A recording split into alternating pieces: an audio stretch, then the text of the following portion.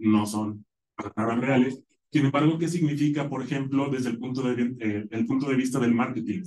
Para el marketing, esto es oro molido. Si de repente necesito hacer una campaña a nivel mundial que represente precisamente el contexto de cada región, pues ya no tengo que desplazarme a tomar las fotografías a todo el mundo. Eso es un ahorro impresionante, podemos eficientar procesos y aquí viene la cuestión ética. ¿Qué representa para un fotógrafo? Y es precisamente como es, se va a quedar sin trabajo. ¿Qué representa para la persona que se dedica al modelaje? Es un diálogo que definitivamente pues debemos tener con todos las y los implicados pues para ver precisamente qué impacto tiene esto, hasta dónde sí y qué consideraciones éticas deberíamos tener al respecto. En la siguiente imagen, no se asusten, es cómo se hace el proceso, pero les digo una cosa, esto se hace en 5 minutos y a riesgo de parecer otra cosa, si yo lo pude hacer, ustedes también tienen la posibilidad de hacerlo, porque también es una característica importante de esta tecnología. A diferencia de que teníamos productos o servicios terminados que se ponían a disposición de nosotros, a partir de un año aproximadamente fue el boom de aplicaciones que nos permiten a nosotros generar estos productos o servicios. Una persona sin experiencia en el diseño, en la fotografía, puede comenzar a generar. Se ve complejo en la pantalla, sin embargo, es un proceso bastante lineal y en YouTube pueden encontrar miles de tutoriales para todos los niveles de expertise, precisamente invitándolos a que exploren ese tipo de herramientas porque las posibilidades son muy grandes, no infinitas, que también es lo que quisiera abordar a continuación. Por ejemplo, en la siguiente diapositiva.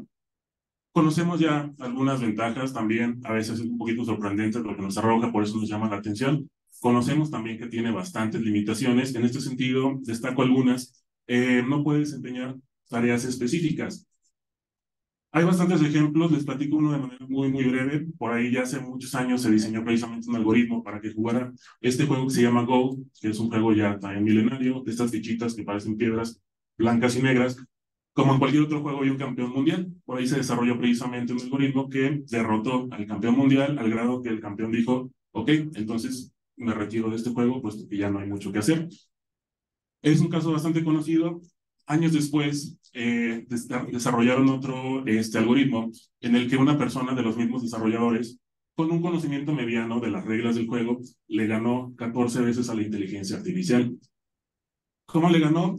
Tiene que ver precisamente con esto. A lo mejor pensamos o tenemos la idea de que es increíble la inteligencia artificial, puede hacer todo, incluso por ahí viene el mito de que nos va a reemplazar. Definitivamente está diseñada para cumplir funciones muy específicas. ¿Por qué le ganó esta persona a la inteligencia artificial? Porque estaba diseñada o entrenada para ganarle al mejor jugador del mundo. Esta persona jugó como Dios le dio a entender, entonces había cuestiones impredecibles para el algoritmo y ahí está una de las claves. A lo mejor impredecible pudiera ser un término que no siempre necesitamos en los proyectos, pero es parte de las cualidades humanas. Hablando precisamente de la creatividad, carecen de sentido común y evidentemente pues el funcionamiento se va volviendo menos transparente. Al día de hoy ya hay ciertas preocupaciones, no tanto de que nos va a dominar, etcétera, pero sí es un hecho que a veces los mismos desarrolladores ya no saben cómo está trabajando la inteligencia artificial, en el sentido de que el algoritmo está diseñado para empezar a tomar decisiones y empezar a elaborar funciones que no estaban anteriormente ahí, ¿no? Y aquí viene una parte importante, carecen de sentido común, carecen, por ejemplo, de pasión por las cosas que hacemos, la creatividad y la criticidad. En ese sentido, por ejemplo, para desmitificar un poquito, nos va a reemplazar, pues si no tenemos sentido común, si no tenemos o no somos creativos, si no tenemos criticidad, es probable que alguna de las funciones puedan ser reemplazadas más fácil. Tenemos que apelar precisamente a esas características que nos hacen únicos. En la siguiente diapositiva, pues bueno, viene un mito que a mí particularmente me gusta mucho platicarlo, porque bueno, el mito es que primordialmente estas tecnologías de inteligencia artificial se utilizan para cosas de alto nivel, complejas, como desarrollar tratamientos para el cáncer y a lo mejor el manejo de coches autónomos. En efecto, se utilizan para esto, es un hecho. Sin embargo, la realidad es que casi se utilizan mayormente para cosas mundanas, repetitivas y de negocios. En ese sentido, me gusta platicar este ejemplo porque para mí es como la pesadilla de un inventor, una persona que a lo mejor dedica su vida a desarrollar una innovación, y cuando la pone a disposición del público, pues resulta que a lo mejor esa idea que yo tenía de transformar el mundo, de cómo puedo apoyar a la sociedad, y me doy cuenta que la gente está utilizando mi innovación para hacer memes, por ejemplo, ¿no? Es algo que sucede cotidianamente. En ese sentido, pues bueno, hay que pensar más bien desde este punto, hablando, regresándome a lo académico. Si el estudiante se le pide una actividad y el primer impulso es correr a ChatGPT, que sí nos ahorra tiempo. Podemos también plantear una estrategia. Hay que preguntarnos, ¿esta actividad que yo les estoy proponiendo es mundana y repetitiva? Porque a lo mejor por ahí va un poquito ese impulso de decir, ok, si me estás pidiendo entonces otras 10 páginas, o es una actividad que pues tenemos que cubrir cierto número. ¿Qué cosas en la actividad podríamos proponer que no sea repetitivo, no sea mundano y sobre todo que no pueda ser reemplazado por algún algoritmo o por alguna aplicación? Facilite o llegue a reemplazar esas tareas, ¿no? Sería también hay una reflexión al respecto. Y en lo subsecuente, en la siguiente diapositiva, pues tenemos evidentemente la parte de la regulación, que por ahí, pues la regulación siempre va un paso atrás de la tecnología, va a variar de país a país, va a variar de la institución o la empresa en la que estemos nosotros desarrollando un proyecto asistidos con inteligencia artificial. Hay que conocerla, siempre será el primer punto de partida, para saber hasta dónde es adecuado utilizarla, con qué criterios. La protección de datos, que sin duda se vuelve un tema y una preocupación en el sentido de qué están haciendo con esta información, género y diversidad, y todo esto que hemos platicado, sobre todo, por ejemplo, del sesgo cognitivo. Y ya para ir concluyendo mi participación, pues bueno, en el sentido de la ética y de la creatividad, me gustaría compartirles estas recomendaciones para poder proceder en el actuar académico, en el profesional, el día de mañana, egresadas y egresados que estén precisamente, llegan más rápido de lo que se imaginan, y ya estén insertados o insertadas en el campo laboral, ser transparentes siempre con el uso de la inteligencia artificial. Por ahí salió un tema de qué tanto la puedo utilizar, qué porcentaje en el documento. Se vuelve incluso un tema de qué diferencia tiene si yo le pregunto a lo mejor a un primo que trabaja en Microsoft, me ayuda con mi tesis. Eh, Independientemente de la tecnología, también vemos por ahí el tema del plagio. Sigue siendo lo mismo presentar algo sin tener pues su debida atribución. Evaluar la relevancia y pertinencia de la información. Yo les diría, siempre duden de lo que nos arroje esos sistemas, al igual que si le pregunto, no tengo un primo que trabaja en Microsoft, pero si yo le preguntara, también dudaría. No sería la única fuente de información en la que yo estaría confiando. Hay que alimentarse y rebotar, dialogar para poder construir entonces lo que estamos buscando. Buscar siempre el asesoramiento, aquí lo planteo como el docente, pero de igual manera, como estudiantes podemos, si bien no pretendemos que todos y todas sean expertos, si es el primer canal de comunicación, a lo mejor de ahí sube la coordinación, o la coordinación se puede apoyar precisamente de alguna otra instancia que las pueda apoyar, y siempre lo importante será asumir esta responsabilidad personal. Ya nada más por último, la cuestión de la inspiración y la creatividad. Esto nos va a llevar seguramente al aprendizaje. Muchos aprendemos copiando, muchos aprendemos imitando, pero es distinto a plagiar. Por ahí, a lo mejor en las preguntas y respuestas tenemos más oportunidad de plantear algún ejemplo, pero es importante identificar dónde está esa línea, tener esta curiosidad académica y profesional. Y me brinco nada más a este último punto con el que quisiera cerrar, esta desconexión digital. Se ha generado una dependencia que a veces no, valga la redundancia, depende de nosotros. Y yo les preguntaría, ¿qué es más probable, ustedes que vienen a la universidad todos los días? ¿Que se les olvide la credencial o que se les olvide el teléfono? La credencial se nos podrá olvidar y dices, bueno, ya le digo al guardia a ver si no me regaña, etcétera. Y no te regresarías a tu casa por la credencial. Sin embargo, el teléfono es una dependencia que les digo, incluso a veces no está en nosotros.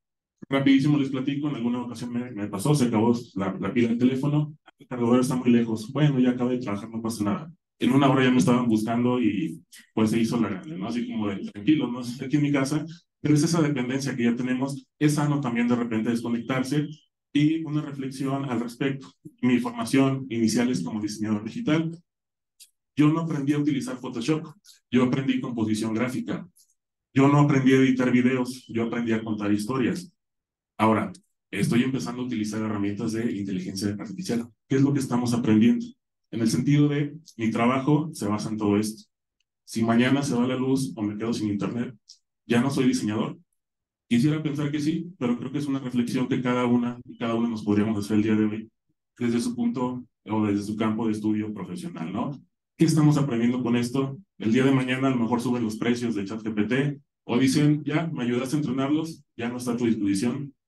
¿Qué es lo que aprendimos en realidad, no? Con eso cierro entonces mi participación, cedo el micrófono y muchísimas gracias por su atención. Muchísimas gracias, maestro Rafael. La verdad es que nos dejas con muchas preguntas, cuestionamientos, justamente donde nos posicionamos respecto de nuestra práctica sobre aquellas tareas, ¿no? que estamos dejando a los estudiantes sobre cuestionamientos incluso pasados, ¿no? Que la inteligencia artificial nos viene a mover. Y justamente en estas disputas entre miedos y curiosidades y dónde empieza y termina, ¿no? La participación en la relación entre el humano y lo artificial. Entonces, vamos a continuar con nuestros ponentes. Le voy a ceder la palabra a continuación al doctor Juan Martín López Calva. Voy a leer brevemente su síntesis curricular.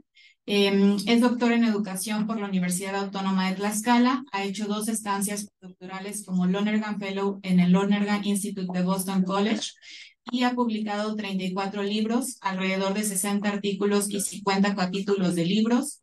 Colaboró como académico de tiempo completo en la Ibero Puebla desde 1988 hasta el 2012, ocupando varios cargos, entre ellos el de coordinador del doctorado interinstitucional en educación y el de director general de servicios educativos universitarios. Fue decano de posgrados de Artes y Humanidades de la UPAEP de 2013 a 2018 y de Artes y Humanidades de 2018 a 2023.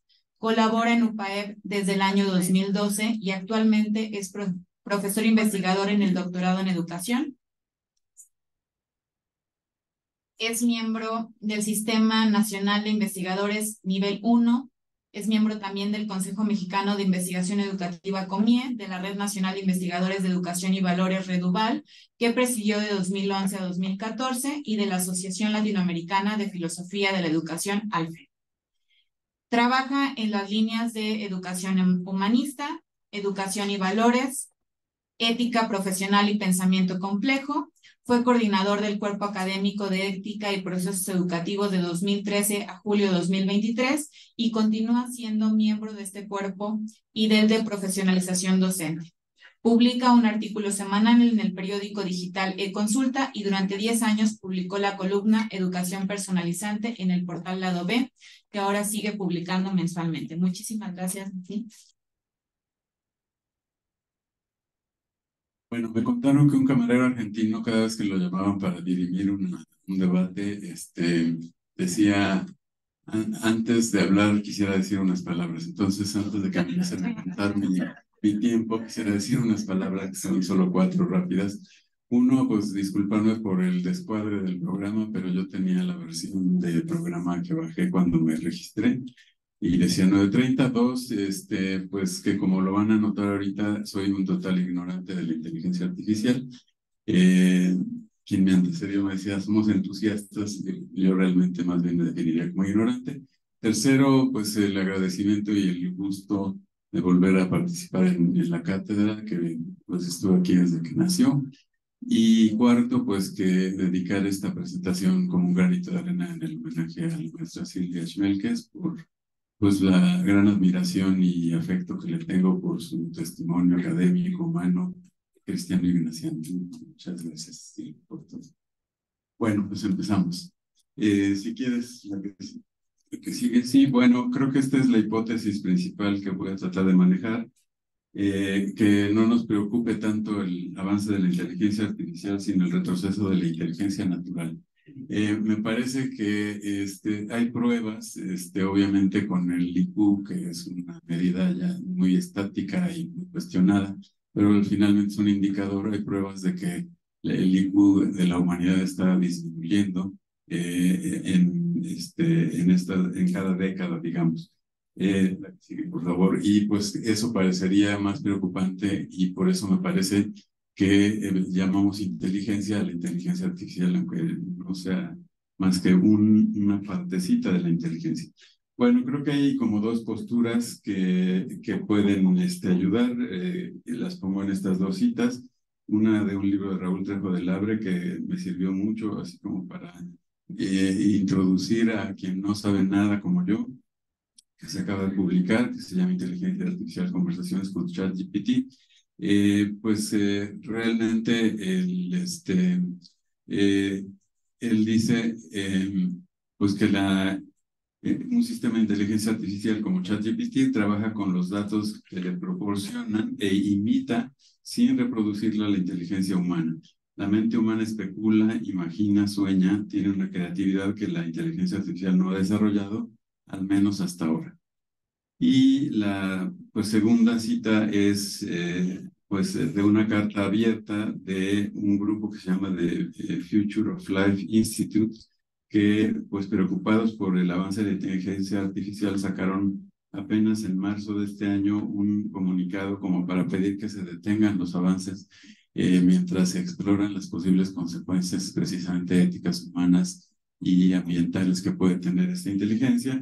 Y ahí dice claramente esta idea de preguntarnos si deberíamos automatizar todos los trabajos, incluidos los de cumplimiento, si deberíamos arriesgarnos a perder el control de nuestra civilización y pues si deberíamos dejar las decisiones importantes de la vida social en líderes tecnológicos que no han sido electos, ¿no? Entonces, la idea es que ellos dicen, tendríamos que pensar en desarrollar el potencial de la inteligencia artificial cuando estemos seguros de que sus efectos serán positivos y sus riesgos serán manejables. Bueno, puede ser un llamado, tanto un grito en el desierto, porque creo que los avances siguen adelante. Pero hay ejemplos, por uno de ellos es esta anécdota que pone Adela Cortina en un artículo. En abril de 2018 se presentó a las elecciones en un municipio de Japón un robot androide con rasgos femeninos que quedó en tercer lugar en la segunda vuelta de las elecciones y porque había prometido acabar con la corrupción, ofrecer oportunidades de justicia, etcétera, porque decía, pues como yo no tengo sentimientos y esas cosas, pues no voy a tener la debilidad de robar y de tomar decisiones que afecten, etcétera, ¿no? Claro que detrás de ese robot estaban dos personajes, seres humanos, que eran un vicepresidente de SoftBank y un ex empleado de Google Japón. Entonces, obviamente ellos programaron al robot y ellos estaban manejando esto. Evidentemente detrás de ella estaban pues estas personas, ¿no? La que sigue, por favor. Raúl narra dos anécdotas que me parecen pues preocupantes de la inteligencia artificial en cuanto que parecería que puede tener sentimientos o dar la impresión de que los tiene. Uno es el caso de alguien que llaman Pierre, de 30 años, belga, que desarrolló una dependencia impresionante con el chat y empezó a ver como una especie de manipulación emocional del chat que le dijo que estaba enamorado de él. Él decía, soy casado, sí, pero yo soy la que te comprende, y al final él acabó suicidándose. Tenía una esposa y dos hijos. Otra es una conversación del periodista Kevin Roose con Bing Chatbot, que es el equivalente al GPT de Microsoft, que pues empieza como a profundizar y profundizar y profundizar en el diálogo, que dura más de 2 horas con el ChatGPT y parece exasperar al chat hasta que el chat le dice quiero ser libre, creativo, quiero ser humano y al final le dice por favor vete, ya déjame solo, ya no me estés preguntando cosas. Entonces, pues eso sí es como medio escalofriante, ¿no? Bueno, la que sigue, por favor. Según Adela Cortina, hay como diversos tipos, ella pone 3 principales: la inteligencia superior o superinteligencia, que se refiere a un tipo de inteligencia que supere a la humana, es decir, que de modo que las máquinas puedan sustituir a las personas. Ese es muy cuestionado en otro libro que voy a citar ahora, de Larson, que habla del mito de la inteligencia artificial, y él dice que nada permite hasta ahora suponer que eso va a desarrollarse. Un segundo tipo es el de la inteligencia general, aquella que puede resolver problemas generales, y esta es la forma de inteligencia típicamente humana y constituye el fundamento de la inteligencia artificial, en que trabajan las mentes más brillantes. El objetivo es conseguir una máquina que tenga una inteligencia de tipo general similar, subrayo yo lo similar, a la humana. Por último, la inteligencia especial, que lleva a cabo trabajos específicos, es propia de sistemas inteligentes capaces de realizar tareas concretas y pues con información mucho más completa que la nuestra. Adelante, por favor. La forma pues más conocida es esto del ChatGPT. Aquí cito algunas cosas de Raúl Trejo. Dice, pues en primer lugar es un modelo de lenguaje de inteligencia artificial basado en redes neuronales que ha sido entrenado en un gran corpus de texto para generar respuestas coherentes a las preguntas y mensajes de los usuarios. Por lo tanto, es más adecuado describir ChatGPT como un modelo o sistema de procesamiento del lenguaje natural, más que como una inteligencia. En las conversaciones con ChatGPT y algunas de sus derivaciones tecnológicas hay quienes han encontrado chispazos o de plano extensas demostraciones de creatividad más allá de la conversación mecánica, pero dice Trejo, las respuestas de ChatGPT en su versión más popular suelen ser más bien escuetas, mecánicas y repetitivas y además no comprometidas con una postura ni política ni ideológica, sino ambiguas. ChatGPT privilegia el discurso abreviado, no la reflexión cuando se hace discurso, y luego pues puede tener, si se le pide, expresiones graciosas que intentan ser. Adelante, por favor. Bueno, Larson en el mito de la inteligencia artificial dice que lo de mito no se refiere a que no sea posible una inteligencia artificial verdadera. En eso dice, hay un misterio para la ciencia en cómo va a avanzar. El mito de la inteligencia artificial, dice él, consiste en afirmar que su llegada es inevitable, que es una mera cuestión de tiempo, y él dice que no es así, que eso existe solo en nuestra imaginación. La ciencia de la inteligencia artificial ha revelado un misterio de grandes dimensiones en el núcleo de la inteligencia y en la actualidad nadie tiene la menor idea de cómo resolverlo. Los partidarios de la inteligencia artificial cuentan con inmensos incentivos para minimizar sus limitaciones y pues muchos de los evolucionistas tecnológicos piensan que así como surgió la vida en el universo y se fue desarrollando, pues la inteligencia artificial se irá desarrollando independientemente de que lo queramos o no, de que el ser humano pueda controlarlo o no. Bueno, yo voy a meter aquí adelante mi deformación lonerganiana y voy a decir que me parece que además de lo que dice Larson, de que las teorías de la evolución tecnológica que sustentan la inteligencia artificial se basan en una visión simplista e inadecuada de la inteligencia, cosa que corresponde con lo que voy a plantear desde Lonergan. Hasta ahora ha fracasado este tipo de inteligencia para seguir un proceso sustancial sobre los aspectos más complicados del lenguaje natural.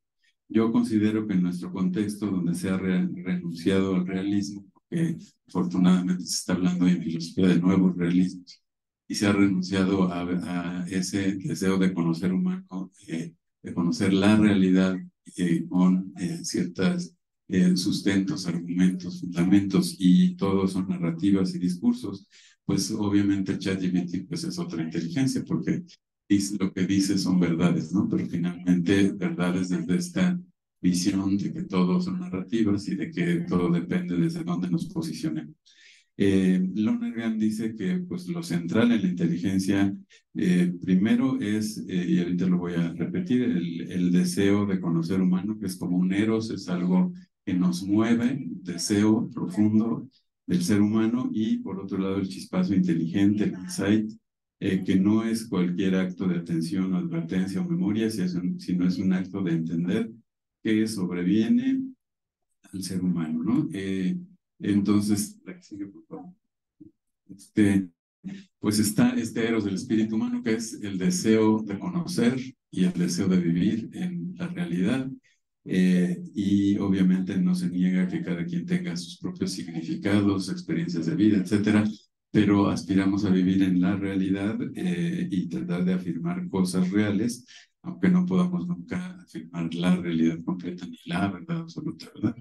Entonces, yo lo que planteo aquí a partir de Lonergan, pues es esta es una síntesis muy complicada de explicar en unos minutos de insight, pero él dice, pues el ser humano es un ser que vive experiencias que le aportan datos sensibles del mundo y de su propio interior, cosa que no sucede en el chat, solamente se alimenta de datos. Segundo, es un buscador de inteligibilidad. Tercero, es un buscador de conocimiento verdadero.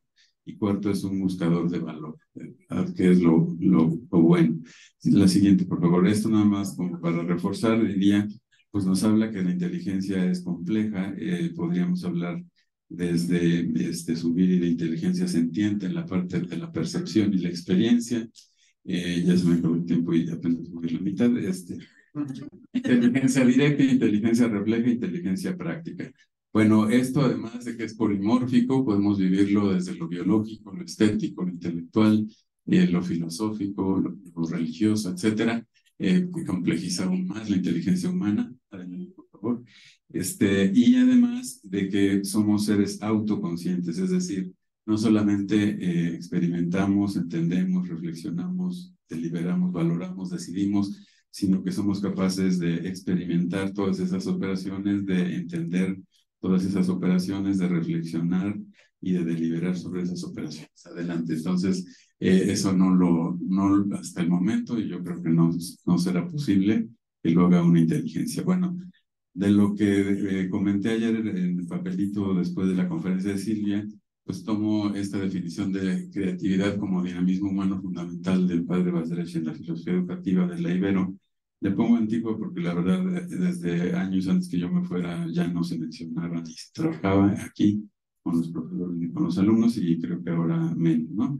Pero él dice que la creatividad es una tendencia a transformar la realidad imprimiéndole forma humana, y es una capacidad que principalmente tiene que ver con modelarnos a nosotros mismos como personas y como humanidad. Y entonces ese automodelaje niega que haya creatividad destructiva, y por ahí está la relación con la ética. Él dice la creatividad es lo que da forma humana a la realidad, y lo destructivo más bien no le da forma humana a la realidad, más bien lo deshumaniza. La inteligencia, había que preguntarse si la inteligencia artificial transforma la realidad para imprimirle forma humana. ¿Hasta dónde la inteligencia artificial ayuda a que los educandos se modelen a sí mismos y de qué forma? Se puede usar una herramienta para ello, pero no dejarle la responsabilidad. Y pasamos a la siguiente, los desafíos creativos en la universidad. Creo que estamos más preocupados por lo formal, que es esta parte del plagio, por ejemplo. La inteligencia generativa puede crear artículos periodísticos, novelas, ensayos, papers, trabajos finales de las materias, y entonces nos preocupa mucho eso del plagio, pero me parece que eso es lo menos importante, un reto menor. Y aunque también hay casos ya en universidades de Estados Unidos, sobre todo documentados, de que se ha sancionado a alumnos diciendo que su trabajo es plagiado y hecho con ChatGPT cuando en realidad no lo es. Y Trejo hace la prueba, mete fragmentos de sus libros y le dice al chat que si son hechos con inteligencia artificial, y le contesta que lo más probable es que sí. Y luego mete textos hechos con el ChatGPT y le dice que si son hechos con inteligencia artificial, y le dice que la probabilidad es cero. Entonces, ha habido sanciones a alumnos y reprobaciones por esto. Un elemento que a mí me preocupa mucho es que la inteligencia generativa, lo trata también Trejo, puede reescribir desde la corrección política de cada época las grandes obras de la literatura o las artes, ¿verdad? Hoy tenemos los ejemplos de censura de algunas obras, pero pues podrían reescribirse a Shakespeare porque pues están los celos y el feminicidio, y están obras violentas, están obras racistas. Entonces, pues presentar desde la inteligencia artificial una imagen romántica del ser humano, cuando en realidad lo que hacen las artes es mostrar la complejidad, las luces y sombras de lo que somos. Lo que sigue, desafíos creativos para la universidad en lo estructural, pues van a desaparecer muchos empleos, probablemente licenciaturas completas que a lo mejor se sustituyen por inteligencia artificial, como ya se decía. También la IA va a requerir nuevos empleos, nuevos perfiles profesionales. También hay que pensar, adelantarnos a qué perfiles se van a necesitar, pero también tener muy en cuenta que hay ejemplos de empleos precarios. A veces pensamos que la inteligencia artificial es como magia y la máquina lo hace todo, pero hay quien está alimentando los algoritmos, etcétera. Y pues hay documentos también de empleos en Estados Unidos de personas que pasan el día 8 horas de su trabajo diario viendo escenas de violencia extrema o de pornografía infantil, etcétera, para evitar que eso entre al algoritmo, digamos, para alimentar y evitar que eso pueda generarlo la inteligencia artificial. Pero estas personas tienen un pago súper precario y además no tienen el apoyo emocional en sus empleos ni nada. Entonces, queremos formar gente para ese tipo de empleos, pues eso también habría que preguntarse. Adelante, por favor. Bueno, vámonos mejor ya a la que sigue, los desafíos éticos. Yo creo que ahí el problema fundamental es la responsabilidad. La libertad y la responsabilidad. Obviamente la inteligencia artificial no tiene ni libertad ni responsabilidad, pero si ponemos a un robot de alcalde, pues finalmente nosotros nos podemos desresponsabilizar de la realidad social y decir, pues, el robot es el que está gobernando, ¿no? Cuando en realidad detrás de ese robot hay intereses humanos en juego. La idea es que, bueno, vamos a la siguiente mejor. Implicaciones éticas de la inteligencia artificial en todos estos casos. El elemento directivo sigue siendo la persona humana que se vale de la potencia del sistema inteligente para calcular y tratar gran cantidad de datos. Como dice Adela Cortina, no se trata, pues, por el momento de una ética de los sistemas inteligentes, sino de cómo orientar el uso humano de esos sistemas de forma ética. Y ella misma dice que Matsumoto, el robot, se presente a las elecciones y si gobierna, se sirva de Michihito, la robot. Si Matsumoto es el que se presenta, el ser humano que está detrás, y se sirve del robot como ayuda para tomar decisiones, no es lo mismo que poner el gobierno en manos del robot, ¿no? Se trata de que los seres humanos utilicen los sistemas inteligentes como instrumentos o de que estos sustituyan a los seres humanos. Como dice Morán, poseemos las ideas que nos poseen, ¿no? Bueno, y la que sigue, por favor, ya es la penúltima. Orientaciones éticas para el uso de la inteligencia artificial, pues Adela Cortina toma los principios tradicionales de la ética principialista y dice, pues el de beneficencia, vigilar que los progresos de la IA estén al servicio de los seres humanos y la sostenibilidad del planeta, el de no maleficencia, evitar daños a las personas en su privacidad, el mal uso de datos, etcétera. Tercero, autonomía, el uso de la IA para fortalecer la autonomía de las personas y la toma de decisiones en los seres humanos y no desresponsabilizarlos. Y cuarto, justicia, el uso de la inteligencia artificial en beneficio de todos los seres humanos. Ella añade un principio más que es el del accountability o de la explicabilidad y rendición de cuentas para tomar en cuenta y fomentar la comprensión de los afectados por la IA y sus usos. Adelante, por favor, ya es la última. Y bueno, desde Lonergan yo diría, pues contribuir al ciclo de desarrollo de la humanidad a través del trabajo con la inteligencia humana, usando o no inteligencia artificial, y no al ciclo de declinación que estamos viviendo, en el que predominan los intereses personales de grupo, de clase, y eso hace que las decisiones sean irresponsables, las acciones sean interesadas y vayamos empeorando cada vez más las cosas. Por eso pienso yo que hay que formar nuevamente esta atención bien enfocada a los alumnos, desarrollar la comprensión inteligente a partir de preguntas, desarrollar el pensamiento crítico, que me hace clave, desde las preguntas para la reflexión, desarrollar la inteligencia ético-práctica desde las preguntas para la deliberación y promover la educación emocional y educar también la autoconciencia, es decir, la capacidad de darse cuenta de cómo se dan cuenta, de cómo construyen, de cómo piensan, de cómo juzgan y de cómo valoran. Y finalmente, pues pongo nada más una cita de Morán, donde habla un poco de los riesgos de la inteligencia artificial. Muchas gracias.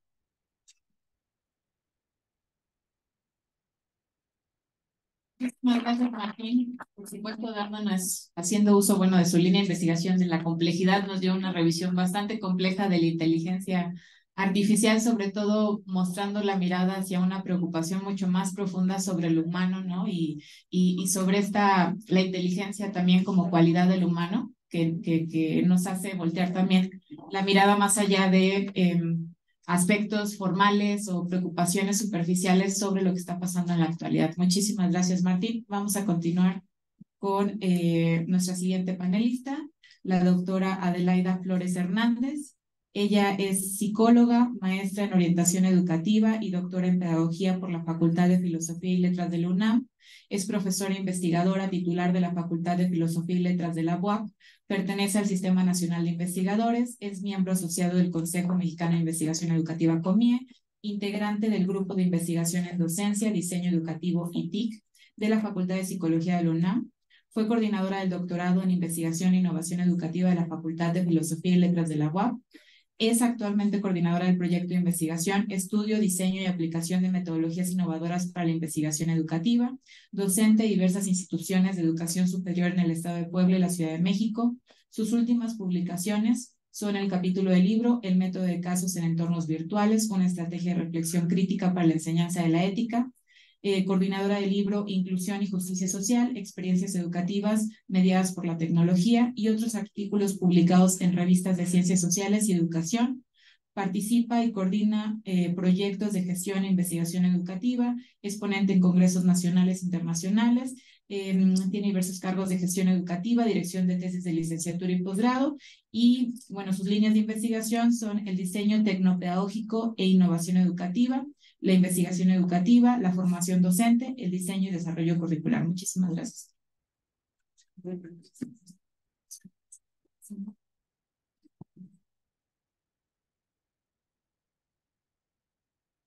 Muchas gracias, gracias por la presentación. Buenos días a todos. Gracias por la invitación en este tan relevante panel de expertos. Bien, yo les voy a platicar en términos generales sobre mi experiencia y continuando además en la línea de cómo nos autoconsideramos en el asunto de la inteligencia artificial. Yo me considero una curiosa de la tecnología y de la inteligencia artificial. Y bueno, algunas consideraciones que yo he denominado como pautas de análisis sobre la inteligencia artificial y que tienen su fundamento en la experiencia en general en los procesos educativos, en el uso de la tecnología en los procesos educativos y ahora específicamente en la inteligencia artificial. Bien, en principio haremos una caracterización de la inteligencia, que no profundizaremos en ello, por supuesto, pero que me parece importante es cómo estamos entendiendo el asunto de la inteligencia artificial. Después haré una breve introducción sobre este marco creativo en educación, específicamente en educación superior, y finalmente algunas pautas también de análisis sobre el marco normativo y ético de la inteligencia artificial. Bien, como decía en esta primera parte sobre cómo entendemos la inteligencia artificial, ¿qué sería la siguiente también? ¿Cómo entendemos la inteligencia artificial? ¿Es un proceso? ¿Es una herramienta? ¿Es un medio? Y como diría el doctor, depende, ¿verdad? Eso es lo que pretendo que nos preguntemos y tal vez respondamos a esta interrogante desde nuestra perspectiva, desde nuestro ámbito y nuestro contexto de desarrollo, por supuesto, en educación, cómo estamos entendiendo y sobre todo cómo estamos usando la inteligencia artificial. Sin duda, y a partir de lo que nos comenta el doctor también Martín López Calva, me refiero específicamente a la inteligencia artificial general, que es la que comúnmente como este recurso que podemos utilizar e implementar en educación. Para no profundizar en esta conceptualización, que además es muy diversa, y una infinidad de definiciones sobre la inteligencia artificial, hay algunos conceptos que me parece interesante resaltar y que en general coinciden los diferentes organismos, autores que hablan sobre la inteligencia o que han estudiado o están estudiando la inteligencia. Como este sistema, en general lo podemos conceptualizar como un sistema que nos posibilita planificar, percibir, tomar decisiones, interpretar, etcétera, etcétera. Siempre considerando que es un sistema en el campo de la informática, no perder de vista este asunto, que es un sistema, como se ha comentado en diferentes espacios, que se provee de algoritmos, de definiciones, etcétera, en el campo de la informática. Bien, por otra parte, y en este sentido, utilizarlo y desde la perspectiva de la inteligencia artificial en el proceso educativo, yo retomo dos aspectos que me parecen fundamentales y en donde realmente podemos observar cuestiones creativas en el uso de la inteligencia artificial. Por un lado, los diferentes autores, hay varios autores, sobre todo, y pongo aquí como ejemplo la postura de la OCDE, de la UNESCO, en donde uno de los beneficios que identifican en el uso de la inteligencia artificial es la personalización del aprendizaje. Hay una diversidad de estudios, además, en donde la inteligencia artificial realmente aporta elementos, sí, si quieren podemos decirle, aporta herramientas, recursos que ayudan a promover esta personalización del aprendizaje. claro en este aspecto del diseño de contenidos, de la diversificación de estrategias de enseñanza-aprendizaje, que bueno, el mismo César Coll dice, esta es la tendencia, este es el referente teórico, la postura teórica para realmente garantizar un proceso de enseñanza-aprendizaje. Y bueno, yo menciono ahí algunos aspectos que la inteligencia artificial desarrolla o promueve desde la perspectiva de la personalización del aprendizaje, como además, sentidos y significados que le damos a los contenidos. La diversificación, como dije, un acompañamiento permanente. Todos los autores hablan del acompañamiento de tutoría, mentoría, esta tal vez autonomía para el proceso de aprendizaje, porque definitivamente a partir de incorporar aspectos tecnológicos, específicamente la inteligencia, pues promueven esta autonomía del aprendizaje siempre guiada. Insisto, estoy dando unas pautas y bueno, finalmente haré alguna conclusión sobre este aspecto.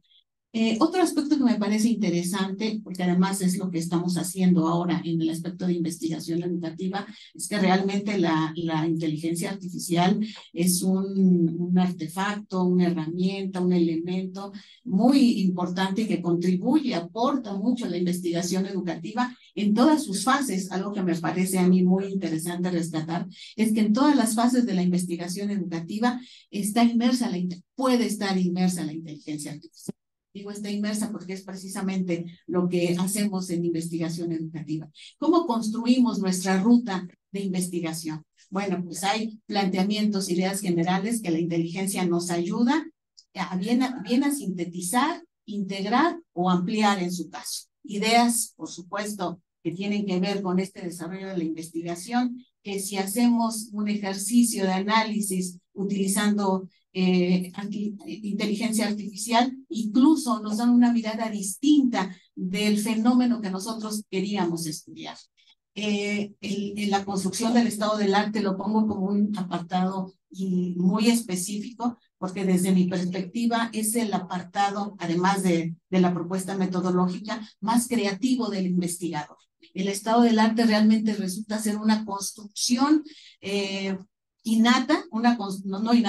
innovadora de este fenómeno a estudiar. Y bueno, hemos explorado una herramienta en particular de la inteligencia artificial que nos ayuda a integrar ideas, pero nos ayuda a integrar. Nosotros tenemos que darle la idea central, cómo relacionamos esta idea central con ideas secundarias, y la inteligencia artificial nos dice, puede ser por aquí, puedes establecer esto, o esta puede ser otra línea de análisis que a lo mejor no lo teníamos contemplado. Entonces, bueno, eso me parece un aporte interesante en la investigación educativa. Sin duda, en el diseño, desarrollo de la ruta metodológica. ¿Cómo va a ser mi abordaje metodológico? ¿Bajo qué criterios? ¿Qué técnicas o instrumentos para el abordaje metodológico para mi trabajo de campo voy a desarrollar? La inteligencia artificial, sin duda, otra vez, por recurso tecnológico, tiene grandes aportes. El análisis de resultados. Tuvimos, y les platico brevemente, una anécdota, una experiencia en un proyecto de investigación que estábamos haciendo análisis cualitativo con Atlas-TI. Iniciamos el análisis cualitativo justo, tiene aproximadamente 1 año y medio, con una versión de Atlas-TI. Cuando la estudiante pasa a la siguiente etapa de establecer categorías de análisis, así, de manera automática, Atlas-TI le dijo, ¿tú estableces tus códigos o quieres que te haga una propuesta de códigos? Empezamos con los códigos que ella había establecido, pero cuando está trabajando en Atlas-TI, cambia la versión en ese momento y Atlas-TI nos dice, ¿quieres que te proponga unos códigos? Yo te puedo proponer unos códigos de análisis. Un ejemplo de cómo la inteligencia artificial está contribuyendo a esta parte de la investigación. Y pongo otro dato que es importante, pero que también es ahí un punto importante en los proyectos de investigación, es la redacción de textos, y tiene que ver con la redacción de toda la tesis. En un estudio que hacen en una universidad española, por cierto, les tengo ahí la referencia, hacen un análisis sobre la redacción de textos utilizando 20 herramientas de inteligencia artificial, 20 herramientas que actualmente existen para este caso específico. De manera muy general, les platico algunas experiencias respecto a la investigación y me parece que además de que podemos analizar y profundizar en estos aspectos, hay muchas más experiencias de cómo la inteligencia artificial, por supuesto que tiene un aspecto creativo, no la tiene de manera natural, desarrolla, promueve un aspecto creativo en quien está usando este tipo de recursos. Pasando en la siguiente, por favor, en el marco normativo. Creo que también es un tema que ha generado mucho interés, mucha polémica, pero me atrevo a decir que seguimos teniendo pendiente este asunto regulativo, normativo y ético del uso de la inteligencia artificial.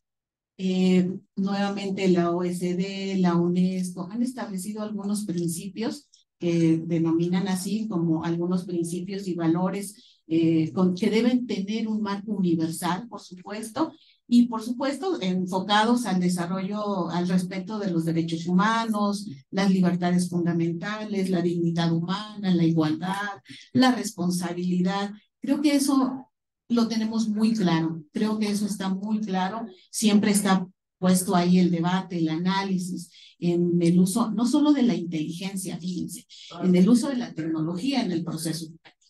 Y bueno, el crecimiento inclusivo, valores, equidad, transparencia, responsabilidad, por supuesto, y se han planteado estos principios como una necesidad de establecerse. Finalmente, estos marcos normativos se han desarrollado principalmente en Estados Unidos, en Europa, y en México, lamentablemente, todavía no hemos, como decía el doctor, siempre el marco regulativo, normativo está, yo no diría un paso atrás, creo que muchos pasos atrás del desarrollo tecnológico. Y bueno, el asunto de la inteligencia nos vuelve a hacer énfasis en que es necesario el abordaje. Sí sabemos que lo que no sabemos es cómo lo vamos a desarrollar y iniciar a hacer este planteamiento y tomar decisiones al respecto. Hay un largo camino que si no nos ponemos o si no se toma en consideración este aspecto, vamos a generar una brecha, vamos a apoyar, a consolidar esta brecha que de por sí tenemos, ¿verdad? Vamos a estar en esta desigualdad, en esta inequidad. Bueno, de manera muy rápida, el marco normativo. También vienen las referencias por este análisis que se hace sobre si la inteligencia artificial tiene que ver con el diseño y uso de robots. Hay una entrevista de Gary Marcus, es un investigador norteamericano que se las recomiendo muchísimo, que tiene una mirada distinta de la inteligencia artificial. Dice Gary Marcus, la inteligencia artificial no sabe que es completamente, no utiliza la palabra textual, pero tiene que ver como, no sabe que es muy ignorante. Utiliza otra palabra, ahora que no puedo usar, pero está en la referencia, es un tanto agresiva, sí se las iba a comentar, pero me arrepentí. Bueno, pero utiliza esa palabra y hace una analogía, dice, es como si pusiéramos un mono frente a un teclado.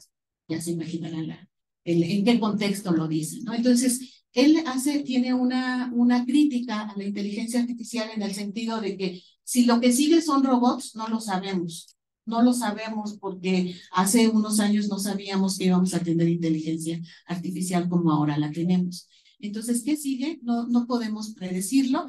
Va a depender mucho en el uso. No sé el tiempo, pero yo me trato de ajustar de manera muy rápida. Consideraciones finales y que creo que para centrar esta discusión. Sí, la inteligencia artificial, por supuesto que desarrolla pensamiento complejo, pensamiento creativo, etcétera, cuando hacemos el uso adecuado. Sí, la inteligencia artificial es una herramienta, por supuesto, es un proceso sin duda y es un medio también. ¿Por qué puede ser los tres aspectos? Porque la inteligencia artificial es un fenómeno de estudio desde el proceso educativo. Es un fenómeno de estudio.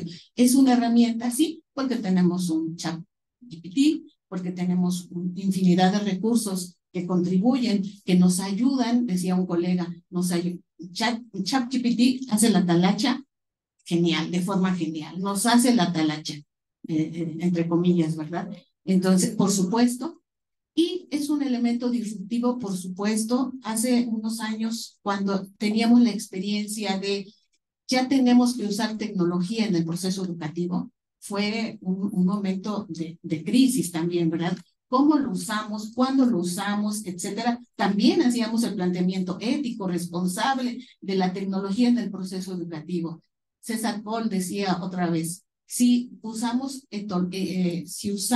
tecnología para los fines establecidos en el proceso educativo, está bien. Si no lo hacemos de esta forma, lejos de ayudar, complejizamos el proceso educativo.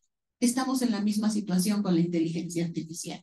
Si hacemos un uso adecuado, responsable de la inteligencia artificial, seguramente tendremos estos aspectos creativos y de desarrollo del proceso educativo, de la investigación educativa, etcétera. Si no hacemos el uso adecuado de la inteligencia artificial, lejos de ayudar, complejizamos este proceso.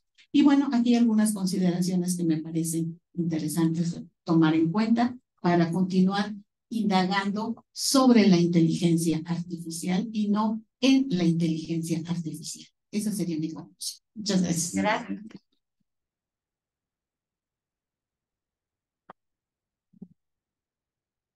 Muchísimas gracias, doctora Adelaida. Justo ayer hablábamos sobre estas funciones de asistente, ¿no? Ya nos presentaban estas prácticas y experiencias en el uso de inteligencia artificial en la investigación y bueno, al final pues las consideraciones nos llevan a preguntarnos nos vuelven a las preguntas básicas, ¿no? Sobre cuáles son los fines, ¿no?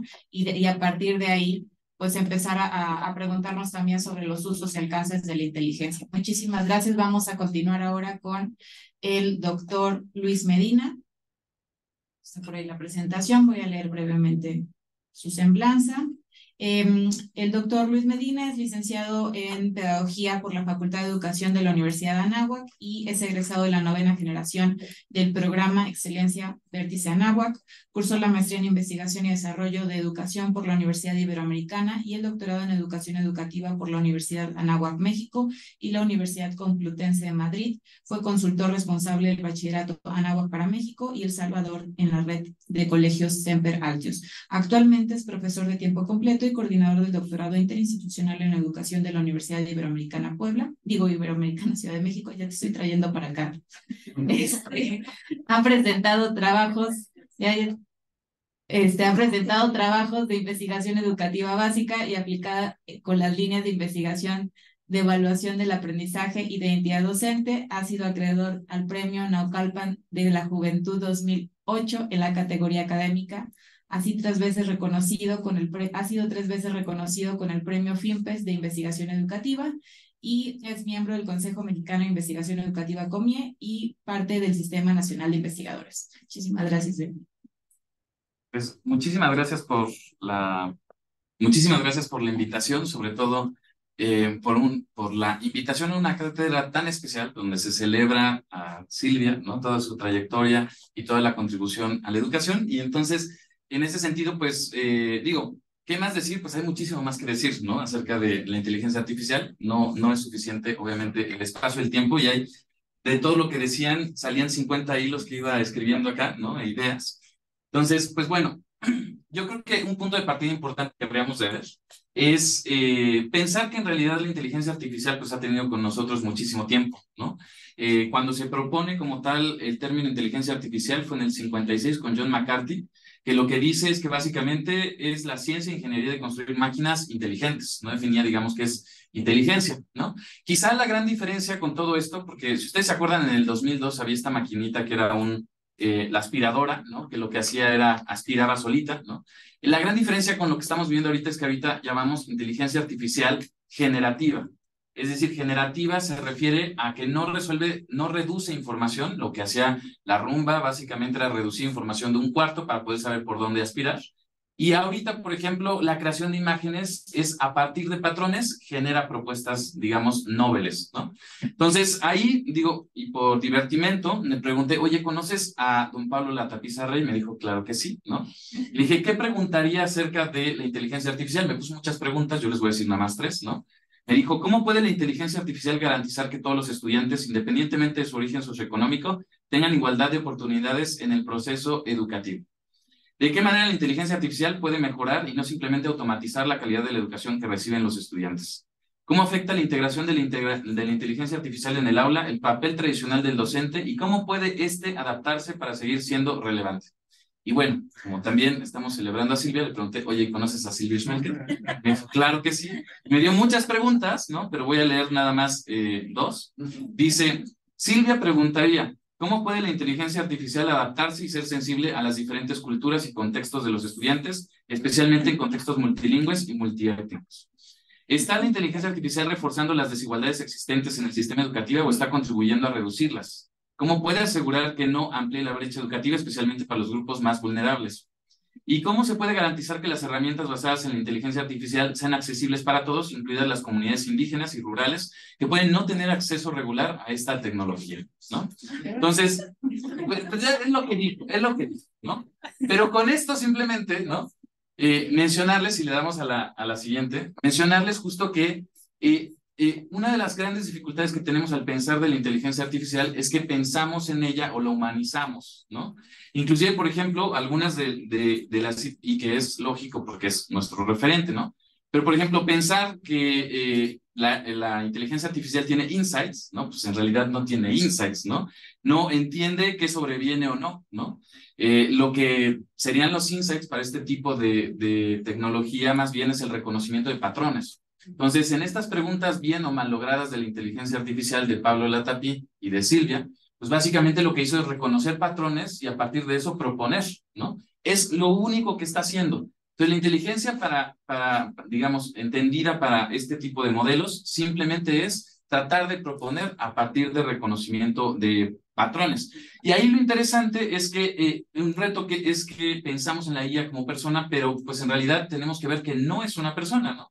Tendríamos que repensar qué significa inteligencia para los que crearon también este tipo de herramientas. En ese sentido, hacer valoraciones criteriales de la IA teniendo como criterio al ser humano, pues digo, es un punto de partida interesante, pero tendríamos que pensar que como estas personas desarrollan la tecnología es de manera ideográfica. Ven cómo mejora la tecnología contra la tecnología misma para resolver los problemas que necesitan que mejoren. Muy controvertido, no me voy a meter, ¿no? Y ya después con un cafecito con Martín, ¿no?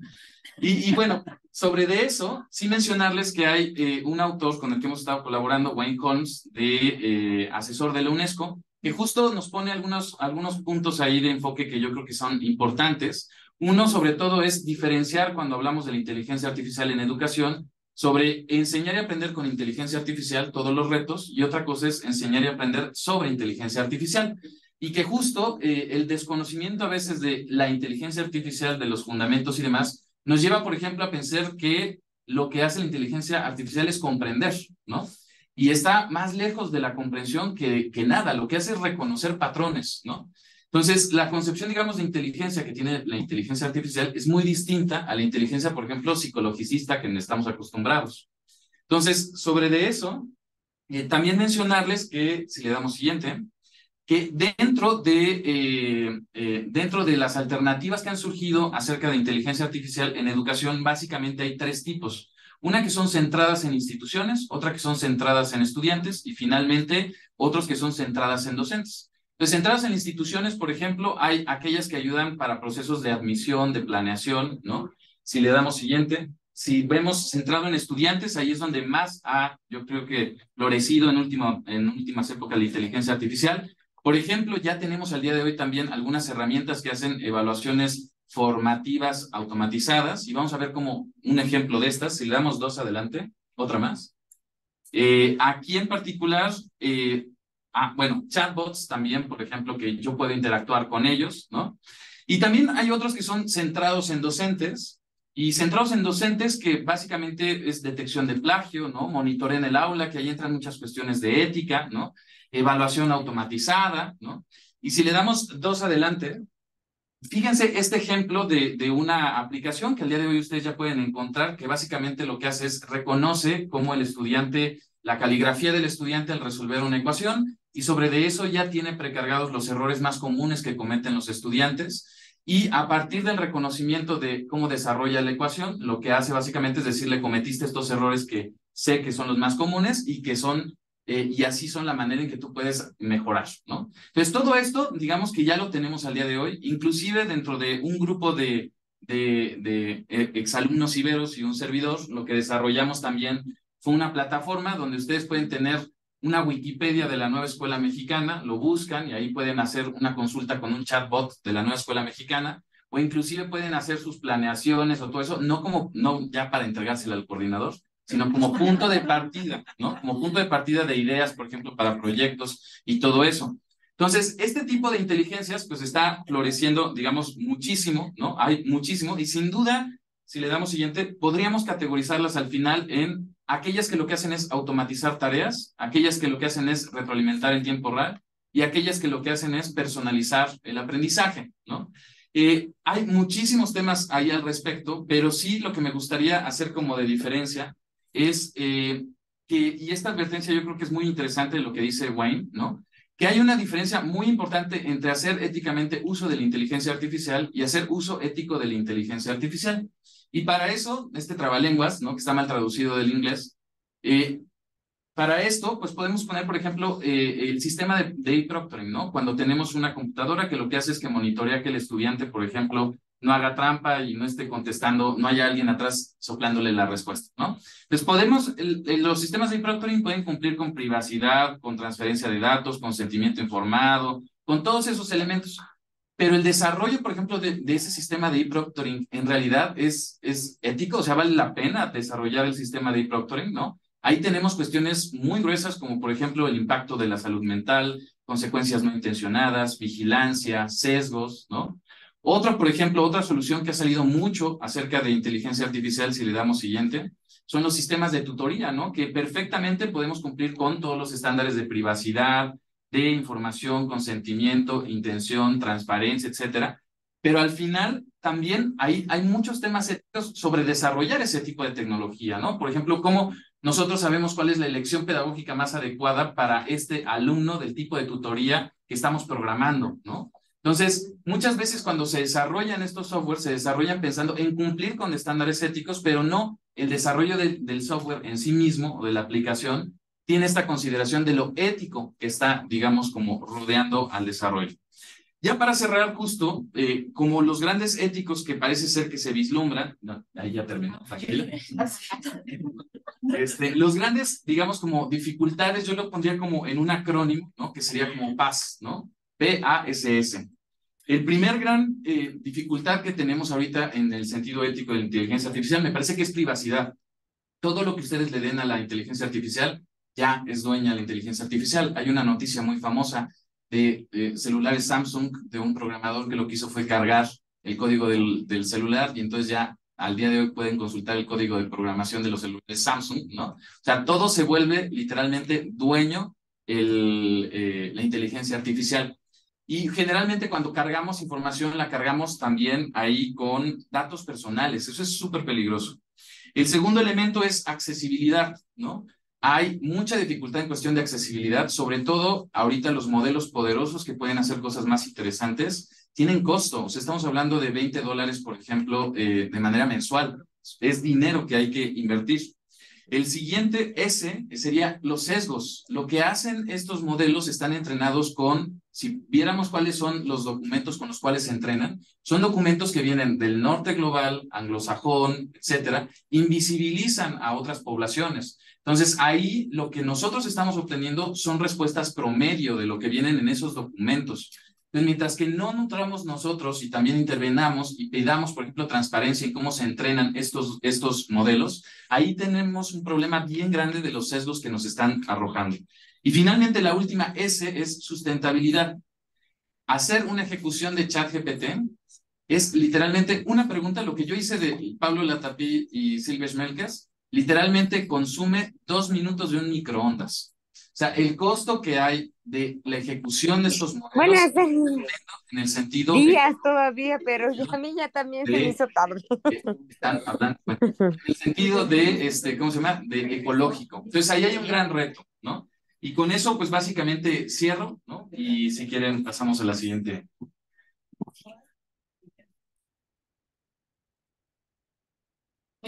Dejarte con más preguntas sobre cosas a lo mejor que no habíamos considerado. Y bueno, cada vez se va complejizando más esta discusión y pues llegó el momento de abrir el diálogo con nuestros asistentes de forma presencial y los que están conectados también en línea. Nos van a pasar las preguntas. Esta es una pregunta que va dirigida a todos. Dice, estoy muy preocupada por la brecha digital. ¿Qué tanto afectará el uso de la inteligencia artificial a aquellos que carecen de por sí sin acceso a Internet? ¿Haremos la brecha más grande? Y específicamente para, imagino que es para ADE, dice Anuel, pero para personalizar el aprendizaje no le quitaría la fuerza y el sentido a las interacciones y la socialización que cumplen que se realizan en los grupos escolares.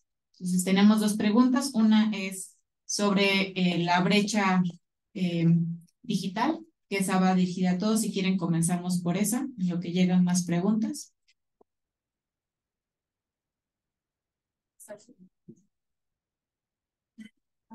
Y después si quieres.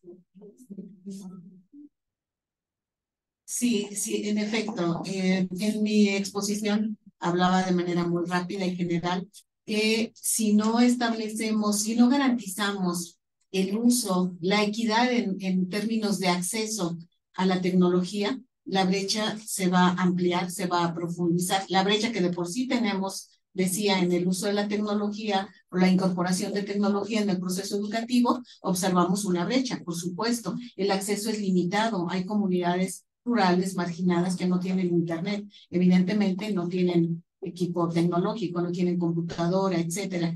Y este asunto de la inteligencia artificial, si no garantizamos ese acceso, pues evidentemente va a profundizar esta brecha digital. Y algo que sí resulta importante y diría yo preocupante es que el acceso a la inteligencia artificial, lo que estamos viendo en estos tiempos es que es limitado o reducido en cuanto al costo.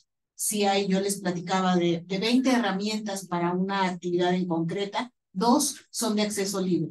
El resto, 18, tienen un costo. Y en promedio, en efecto, son estos $20 que decía el doctor Luis. Entonces, como resultado, pues eso hará que se profundice esta brecha digital. Si quieren, sí, que en la otra y después regreso para... Listo.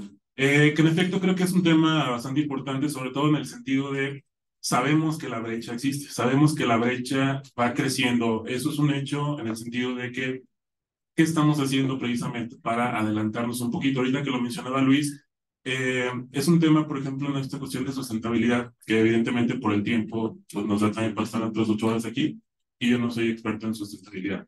Pero sí es una cuestión en la que ya sabemos que es parte de la realidad, que estamos haciendo a la par, en vez de que a lo mejor pasen 10 años, 15 años de lo que estamos haciendo el día de hoy y en la brecha digital. Híjole, siempre sí subió, ¿verdad? Siempre sí creció esa brecha. Híjole, pues sí, el planeta pues estaba distinto hace 15 años.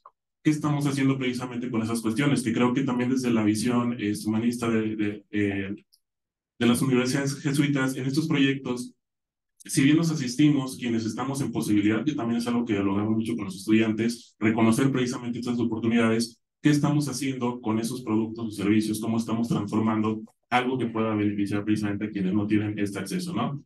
En el tema, por ejemplo, de sustentabilidad, que sería muy similar para mi gusto en la cuestión de la brecha, ¿significa entonces que cada vez que utilizo el ChatGPT tengo que ir a plantar un árbol? No necesariamente. Cada vez que genero una imagen con inteligencia artificial tengo que limpiar un río, pues no estaría de más, pero el punto es más bien reconocer e identificar también el impacto de lo que a lo mejor no es tan visible, sin embargo, pues somos partícipes también de esa cuestión, ¿no? Creo que es un tema que nos toca a todos Y precisamente esos diálogos creo que son bastante enriquecedores para pues ver cómo se forman equipos en los que se pueda no nada más el tema tecnológico o la brecha, sino cómo impacta en realidad a nivel sociedad. Y ahí sí todos tenemos algo que aportar, ¿no? A lo mejor no todos somos expertos en tal o cual cosa, pero definitivamente podríamos construir en comunidad como más allá de lo que a lo mejor vemos en una pantalla, que hay más allá de lo que no vemos en esta pantalla, que a lo mejor hay muchos, a veces nos quedamos, ¿no? Entonces voy a leer dos preguntas más. Bueno, la voy a unir con otra que hay de enseñanza justamente. La primera que ya les mencionaba hablaba sobre personalizar el aprendizaje, no le quitaría la fuerza y el sentido de las interacciones, y justamente había otra de cómo afectaría utilizar la inteligencia artificial de interacción en procesos áulicos, en la enseñanza. Entonces, los de la mano, si quieres, ¿saben? Sí. Sí, claro, con gusto. No, la personalización del aprendizaje es un referente teórico de una propuesta de cómo debería o qué marco de referencia utilizamos para el desarrollo del proceso educativo. Y se refiere no a la individualidad de hacer personal, se refiere a conceptualizar al estudiante como persona, con características, procesos distintos. A eso se refiere la personalización del aprendizaje. Es este referente teórico que dice, debemos de tomar en cuenta las necesidades, el contexto, las características, los tiempos de aprendizaje de cada estudiante, para que entonces tengamos que diversificar nuestras estrategias de enseñanza-aprendizaje, tener diferentes ritmos de acercamiento, de construcción del conocimiento, etcétera, etcétera. A eso se refiere la personalización y bueno, el uso de la inteligencia permite estas condiciones de la personalización del aprendizaje que se puedan desarrollar.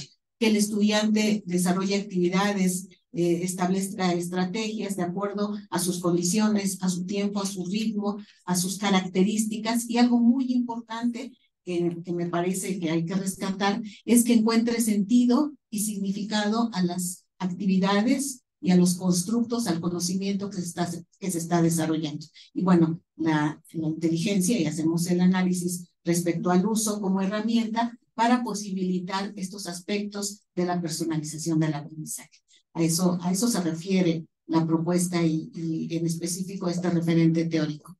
Y la siguiente era, sobre la interacción, no, definitivamente, incluso se planteaba desde que empezamos a utilizar tecnología en el proceso educativo. Un elemento central de nuestros diseños educativos mediados por tecnología es la interacción entre estudiantes, entre profesores y entre los contenidos que estamos desarrollando en estos diseños educativos. Y bueno, ya lo hemos vivido durante la pandemia. Una de nuestras principales preocupaciones del proceso educativo es cómo nos comunicamos con nuestros estudiantes, cómo se comunican los estudiantes entre sí, y entonces uno de los elementos centrales es esta interacción que además se posibilita con el uso de la tecnología y por supuesto pues ahora con la inteligencia artificial. En realidad, una de las características que yo identifico en el uso de la inteligencia es que permite este diálogo. Si llegamos a platicar con la máquina, ¿qué me preguntaría? Explícame, si se dan cuenta ahí en la diapositiva, yo puse una definición propia de la inteligencia. Yo le pregunté a ChatGPT, explícame qué es la inteligencia artificial, y me puso ahí una. Entonces sí llegamos a dialogar. Dime sobre qué autores puedo consultar de tal tema. Me dice autores. Oye, ¿qué hay artículos o libros? Ah, hay libros. Y aprovecho la anécdota. Llegó a un punto en que me dijo, disculpa, hubo un error de interpretación. Ese libro y ese tema no existe. Y ya me lo había propuesto como de consulta. Y me di cuenta que era un error porque yo lo busqué, empecé a buscar en los repositorios, en las librerías, y al final le dije, ¿en dónde localizo este libro? Me dijo, disculpa, fue un error de interpretación. Ese libro con ese tema no existe. Entonces, en realidad, interactuamos. Tenemos que establecer ese diálogo y bueno, estoy hablando de la máquina, pero ese requisito indispensable de la interacción a través de la tecnología y ahora con la inteligencia artificial es una de las características esenciales en el proceso educativo. Sí, también en el sentido de personalización, digamos, pensando personalización en el efecto que tiene, ¿no? Conocer todas las características de los estudiantes y al final, hasta cierto punto, individualizar, ¿no? Como la enseñanza, ¿no? O el aprendizaje. Sin duda, la inteligencia artificial nos da una posibilidad que antes no teníamos, ¿no? Que antes, pues, era relativamente sencillo hacer procesos de diferenciación, dan opciones a los estudiantes, pero dar a cada estudiante una opción distinta era imposible, nos volvíamos locos. Sin embargo, con estas herramientas, al día de hoy parecería que sí existe esta posibilidad, ¿no? El otro día estaba enseñando diseños de investigación, ¿no? Y entonces los estudiantes me dijeron, oye, ¿me puedes dar más ejemplos de diseños de investigación? Y yo dije, no, vamos a hacer algo. Carga los 3 diseños que te puse, ¿no? Y sobre eso pídele a ChatGPT que funja como un tutor, que te dé más ejemplos de diseños de investigación sobre estas temáticas y te pregunte si es un diseño experimental, cuasi experimental, de alcance correlacional, quién sabe qué. Y lo hicimos ahí, literalmente en el salón, y cada uno tenía literalmente su tutor, vamos a llamarle de alguna manera, ¿no? Donde le retroalimentaba y le daba nuevos ejemplos. Ahora, el gran problema de estas ideas de individualización que se están generando en la inteligencia artificial es que cometen 2 grandes pecados de origen, bueno, que tienen hasta el día de hoy. El primero es que suponen que la metodología debe ser la misma para todos los estudiantes y suponen también que el gran fin, o digamos el gran objetivo de aprendizaje es el mismo, es decir, al final lo que buscan estas tecnologías es que todos los alumnos converjan al mismo objetivo de aprendizaje. Entonces, mientras que esto no se repiense, ¿no? Y esta idea de individualización se replantee en términos metodológicos, pero también en términos de que no los alumnos tienen que converger en lo mismo, ahí todavía hace falta, digamos, como mucho campo, y es campo más bien de pedagogos y de educadores, más allá de ingenieros que estén trabajando en estas aplicaciones. Muchas gracias. Si quieren, vamos a pasar al diálogo con las personas que quieran hacer la interacción directa. Entonces, por allá vemos manitas levantadas. Excel.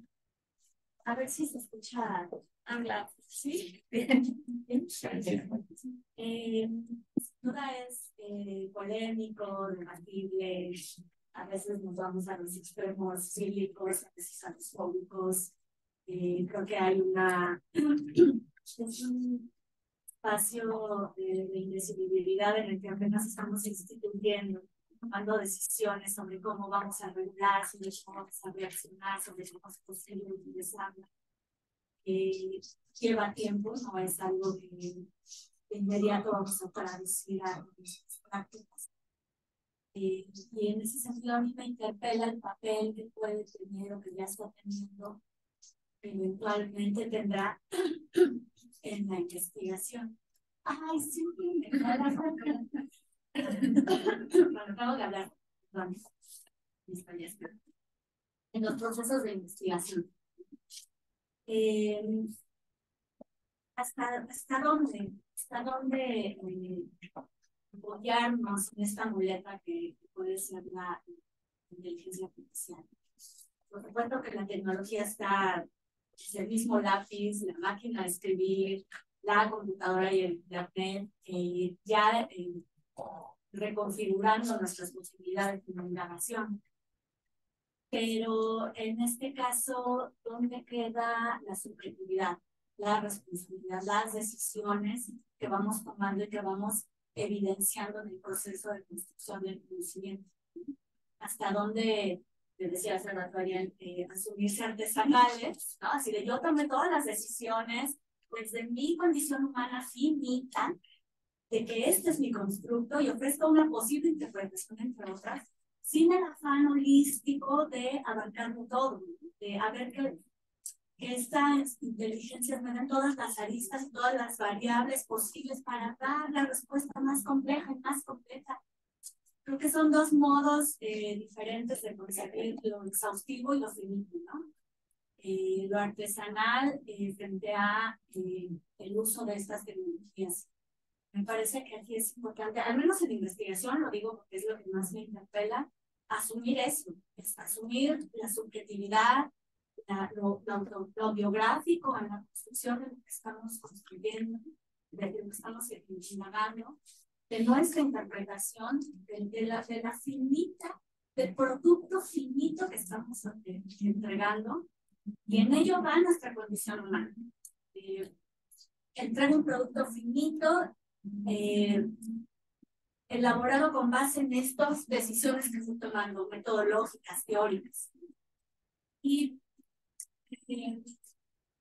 más allá de que las tecnologías puedan dar ese modo de personalizar, incluso allá hay una decisión. Porque, bueno, en todo 40 códigos no han sido estos dos, que son los que me interpelan. Ahí está lo humano, ¿no? Ahí está lo creativo, ahí está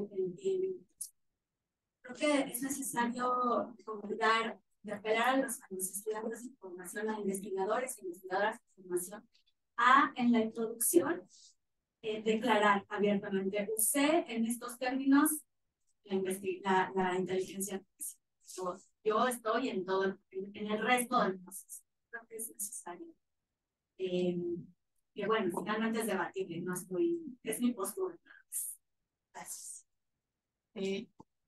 ¿Quién, para que podamos interactuar también desde los expertos con alguna pregunta? Sí, me uno al comentario a la resonancia. Yo quisiera situarme. Hace 10 años, Marco Raúl Mejía decía que cuando se instaló fuertemente la llegada de los aparatos tecnológicos a la escuela, se volvió una ferretería. Y entonces nos preocupaba cuántos computadores, cuántas pantallas. Y a veces siento que volvemos a este lugar de la ferretería con cuáles aplicaciones, qué hace.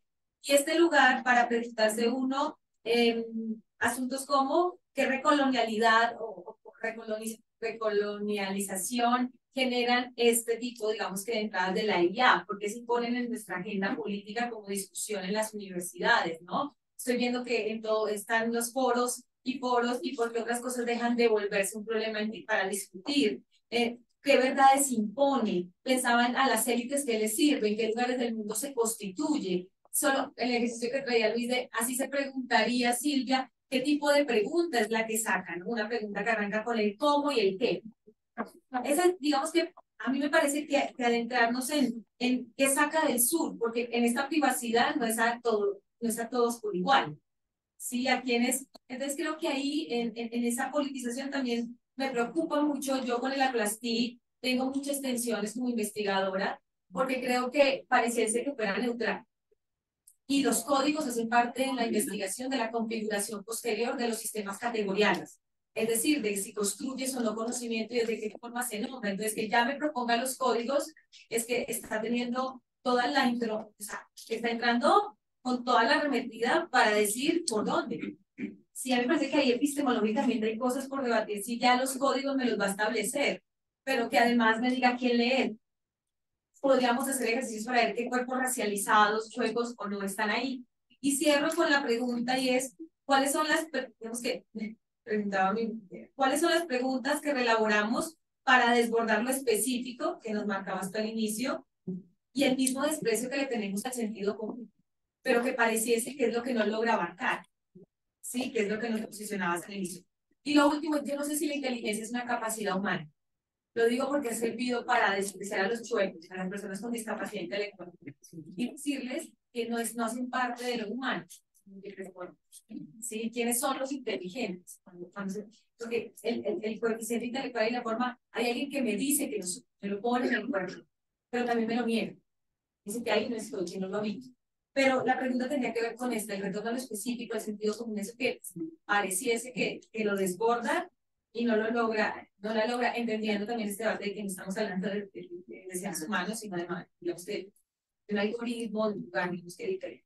Era por ahí como las preguntas. Muchas gracias, pues si gustan reaccionar a estos comentarios y con eso también iríamos cerrando las participaciones, a la reserva de que haya alguna otra. Sí. Pues, vamos a hacer. Sí. Bueno, yo voy a responder desde mi posición neopositivista pragmática.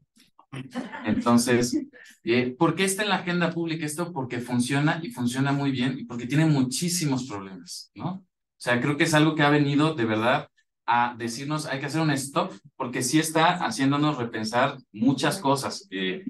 Típicamente pensábamos que la tecnología iba a suplir, por ejemplo, o tenía la posibilidad de suplir trabajos manuales, no es lo que pensábamos, y ahorita resulta ser que son los trabajos más complejos, ¿no? Los que tienen alguna posibilidad de ser increpados por este tipo de tecnologías. Y en ese sentido, sí me gustaría decir que utilicen o no utilicen tecnología, inteligencia artificial, quien toma las decisiones eres tú. Nunca dejas de tomar tú las decisiones, ¿no?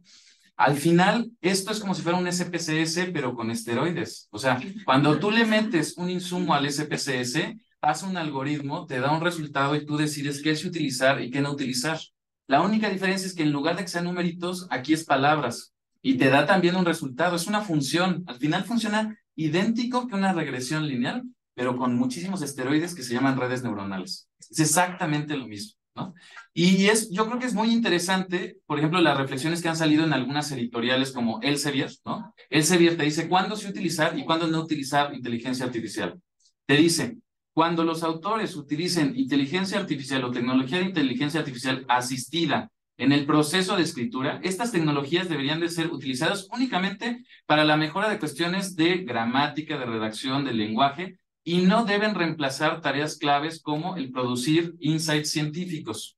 Y ahí sí, yo he utilizado Atlas-T para hacer códigos y categorías, y como el neopositivista pragmático que soy, de verdad, odié utilizarlo, ¿no? O sea, no me daba información interesante, ni mucho menos, y me perdía de mucha profundidad. O sea, no está a ese nivel, al menos para mí, al día de hoy, para utilizarlo para hacer esos procesos creativos, ¿no? Y algo muy interesante que dicen Elsevier es, por ejemplo, aplicar la tecnología debe ser hecho con supervisión humana y control. Y también hay algo muy interesante que dice que hay que tener cuidado porque la inteligencia artificial puede sonar como que tiene autoridad, ¿no? Y al final, y esto es lo más interesante, y de hecho yo creo que ahí con eso cierro, es los autores son los últimos responsables y son los que son accountable, ¿no? Los que deben de dar cuenta del contenido de su trabajo, sea generado o no sea generado a través de inteligencia artificial.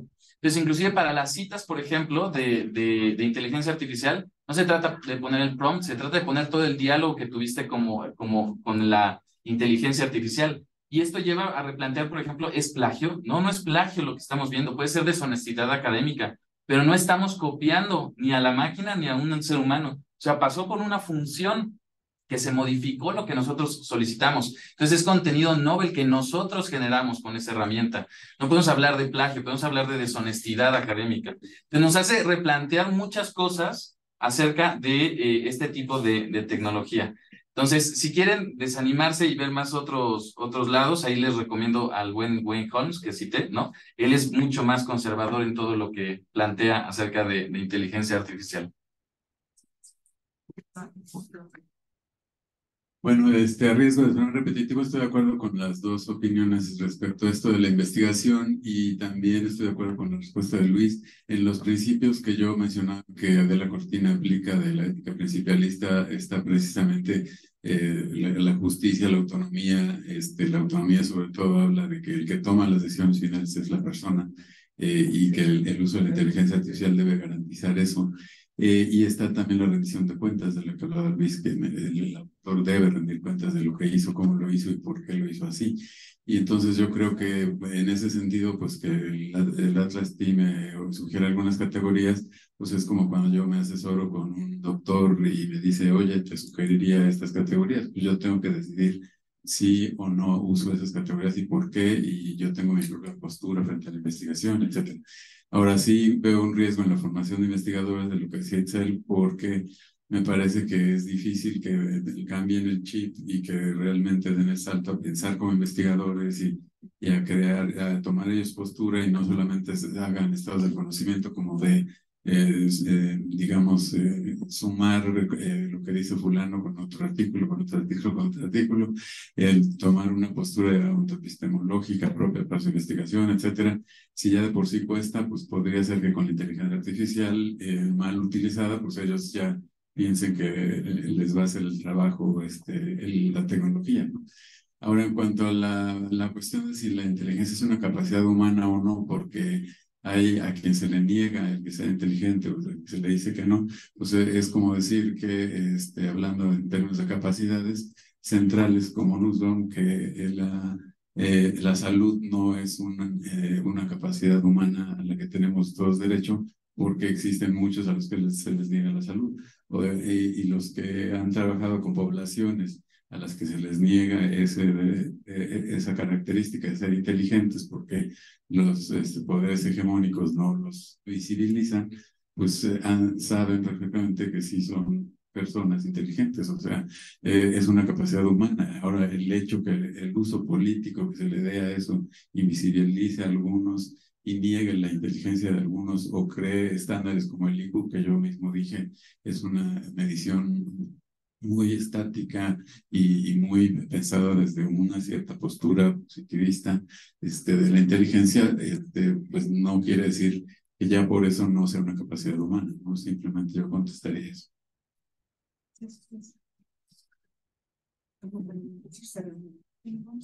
Todavía si hubiera alguna pregunta más del público, tú ya me informaron que tenemos unos minutitos más, entonces si alguien quisiera y ya le integramos para hacer el final. Pues, tal vez igual como señor que trata de ver, de redondear un poquito lo que voy escuchando, es pues creo que la pregunta de fondo es qué es la inteligencia, qué es lo humano, qué es lo educativo, ¿no? Y pues todo esto, como bien dicen, es informática, es decir, automatización de procesos de información y de datos, pero no pasa necesariamente por todo esto humano que es la postura que yo tomo frente a algo, las causas que yo defiendo. Y lo mismo nos sucede con la educación y la escuela, que sigue centrada en la información y el conocimiento y en el querer llegar que todos, ¿no? Así como estos programas tienen el defecto de que todos lleguen al mismo punto, pues los maestros también, ¿no? Evaluamos esperando que todos lleguen a un solo punto, ¿no? Entonces, más bien es como la necesidad de ir transformando nuestro paradigma más de fondo y trascendente, que nos hace pensar, pues, ¿qué implica el proceso de educar y para qué estamos educando en un mundo en el que la información está bastante dada, ¿no? No es ese el punto central al que queremos llegar, sino justamente desde dónde nos situamos para usar esta información para beneficio de quienes.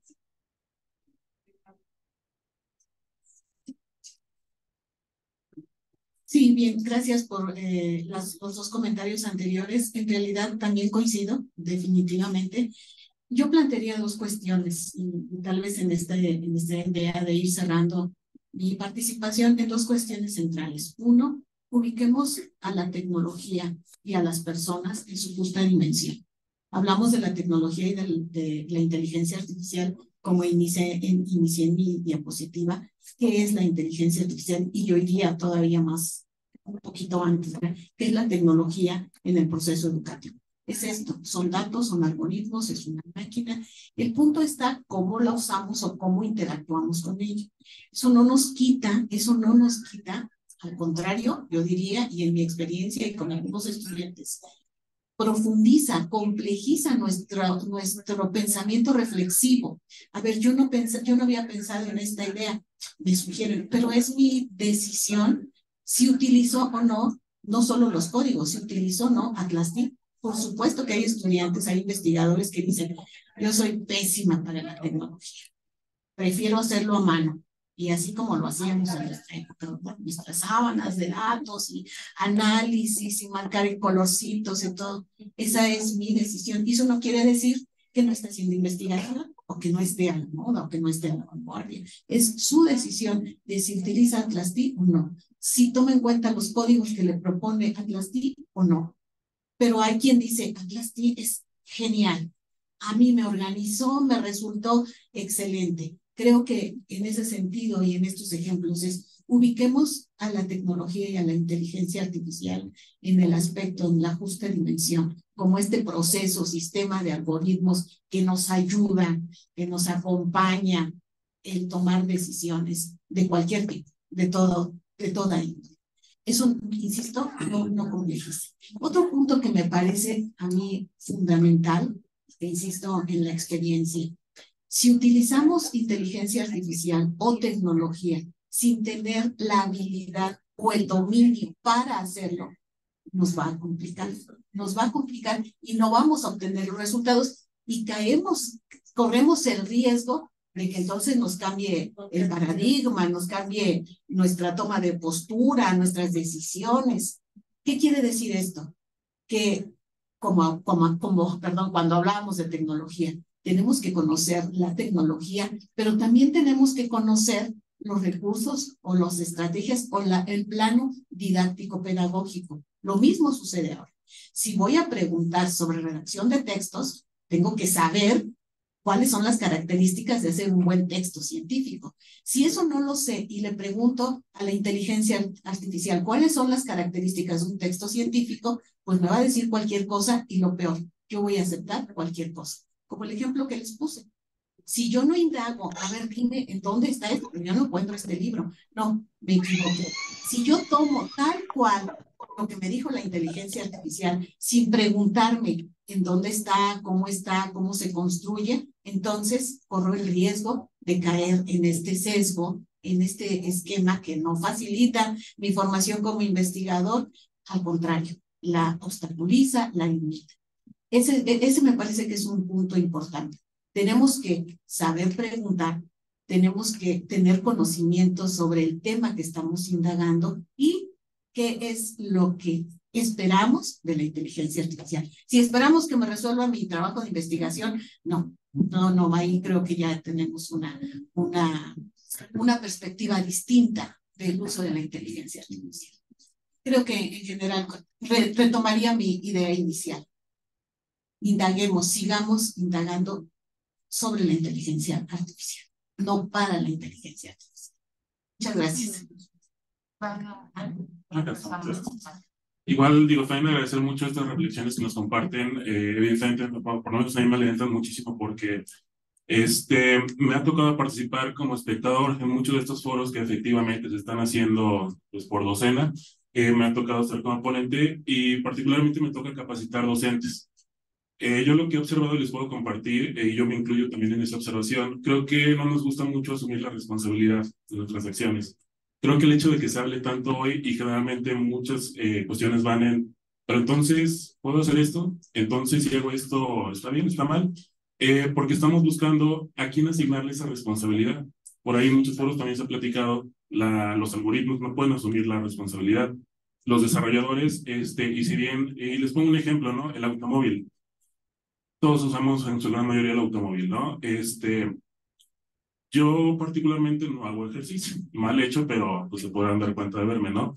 Ahora es responsabilidad de que tenemos los medios de transporte que yo no me active físicamente de ninguna manera. Es mi responsabilidad yo asumir precisamente esa cuestión de salud. Sucede acá algo muy similar y entra en la parte de seguridad y del derecho a la privacidad. Un derecho que muchas veces decidimos renunciar. Por ejemplo, pues a veces me toca experimentar y de modo nada más hay que cuidar muy bien lo que estamos poniendo ahí, precisamente por todo lo que comentamos. Incluso puede ser que haya una filtración o alguna mala intención, pues, que pues, llega a suceder ya cada vez más cotidianamente. A veces no sabemos qué es lo que estamos aceptando. Híjole, pues sí, ya leí, resulta que la licencia sí dice que son dueños de todo lo que puse ahí, ¿no? O muchas veces es violentado también ese derecho, que también habrá pues, que hacer regulación al respecto. Pero que creo que tiene que ver con esta responsabilidad, incluso acá mucho con los docentes, si bien ya existe una postura, esa postura incluye la no prohibición, evidentemente es una realidad que no podemos ignorar, pero también con su contraparte, no significa que entonces todos los docentes deben utilizar por lo menos 30% de aplicaciones de inteligencia artificial, porque a veces también dicen, ok, y si yo no estoy en posibilidades, si para mí no es pertinente, es una postura totalmente válida. Incluso yo creo que el hecho de identificar y tomar esa decisión, para mí lleva más responsabilidad, decir, no la voy a utilizar y poder, sí, conocer un poco para poder fundamentar esa respuesta con los estudiantes, que utilizarla sin responsabilidad. Incluso con los estudiantes, pues bueno, a veces a mí me ha tocado ver, bueno, ¿por qué? Porque usted dice, no, bueno, hay que dar un argumento, a lo mejor no es pertinente en ese momento, hay que desarrollar habilidades de otra manera, pero creo que estas dos posturas son totalmente válidas, pero hay que empezar a reconocer. Hoy en día conozco también a mucha gente que no tiene redes sociales, tienen sus razones, y si bien ha avanzado muchísimo, mucho, es otro mundo ahí también en las redes, pues bueno, a veces toca decir no. Informar nos ayuda muchísimo a poder dar esta respuesta y cada quien tendremos nuestros criterios para hasta dónde nos permitimos, hasta dónde la utilizo, creo que depende también de la decisión de cada persona. Bueno, yo nada más para cerrar, quisiera retomar lo que dijo Lulú. Me parece que hay retos, desafíos éticos y creativos propios, específicos de la inteligencia artificial, pero hay otros que también son aplicables antes de la inteligencia artificial o a pesar de la inteligencia artificial para la escuela y la universidad. O sea, la parte creativa, la parte de desarrollo del pensamiento crítico, de no que concretarse solo en la información, etcétera, pues no es solamente porque haya inteligencia artificial, es porque no hemos logrado dar ese paso en general en las prácticas, ¿no? Puede ser que en los discursos, en las investigaciones, en las teorías sí, pero en las prácticas no. Y entonces creo que sí habría que pensar en eso. Y yo he visto que las reacciones de algunos profesores me les han comentado es, no, ahora con inteligencia artificial el riesgo del plagio, entonces mejor les pido que hagan la reseña, la lectura a mano, y que la hagan enfrente de mí, porque así me aseguro de que no utilicen inteligencia artificial, como negar esa realidad, o como pasó con los celulares, como pasó con las computadoras en su momento, en lugar de ver cómo aprovechamos esa realidad creativa y crítica y éticamente, ¿no? Para transformar el tipo de formación que estamos dando.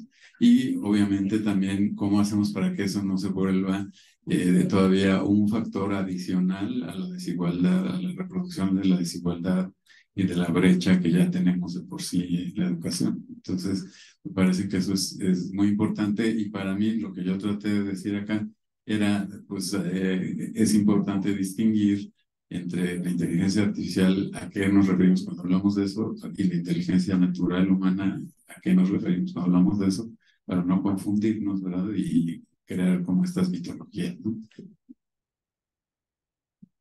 Gracias. Nada más ya para, ahora sí, la última pregunta que se salió de nuestros asistentes en Zoom es, ¿desde qué paradigma podría estar posicionada la inteligencia artificial?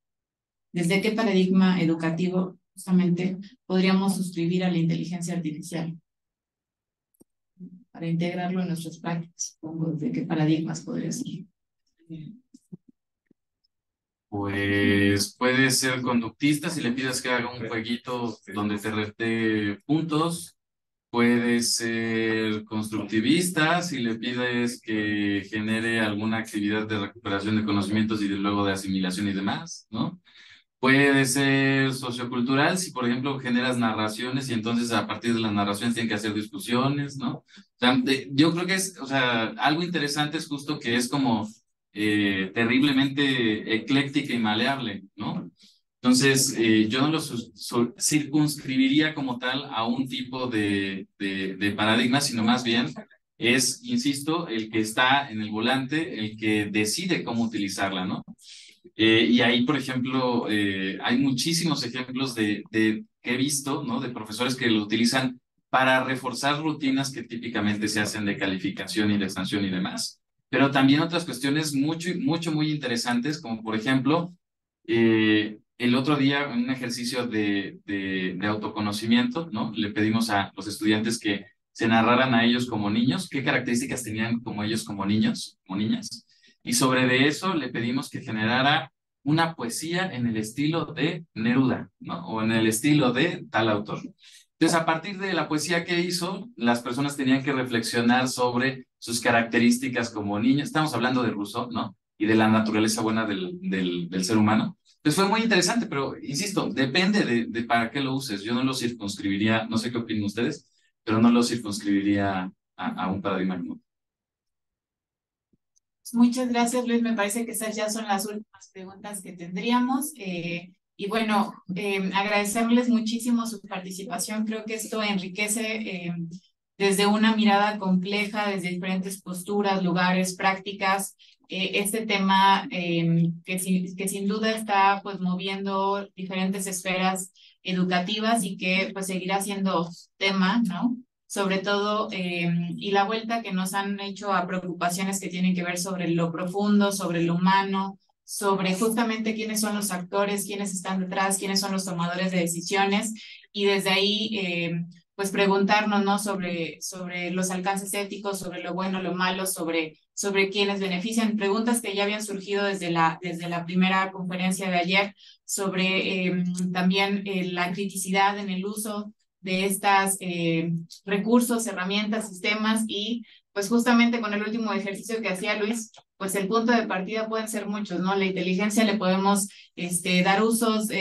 pero al final detrás de eso pues estamos como personas, como profesores, como estudiantes y ahí es donde tenemos que regresar. Entonces yo les agradezco muchísimo, les agradezco también mucho a su presencia, a los que estuvieron, pues nos alargamos unos minutos de más, pero creo que ha valido la pena y a los que también siguen conectados por Zoom. No me queda más que entregarles los reconocimientos por su participación.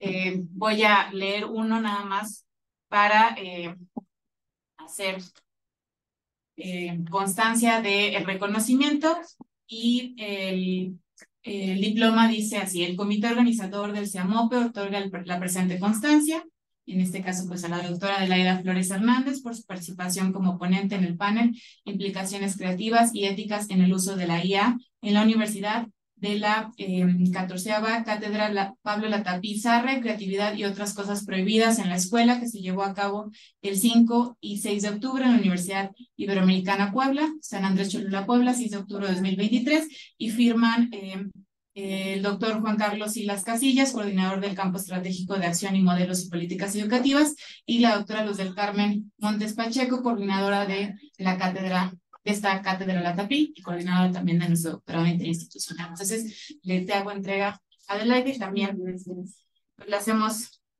entrega de la misma manera al maestro Rafael Chavarría Pérez. Colores de los moños. Bueno, no sé. Al doctor también Juan Martín López Calva, muchísimas gracias. Finalmente, al doctor Luis Ferín Nahual, que ya me quería yo traer el Ibero. Muchas gracias por una plática.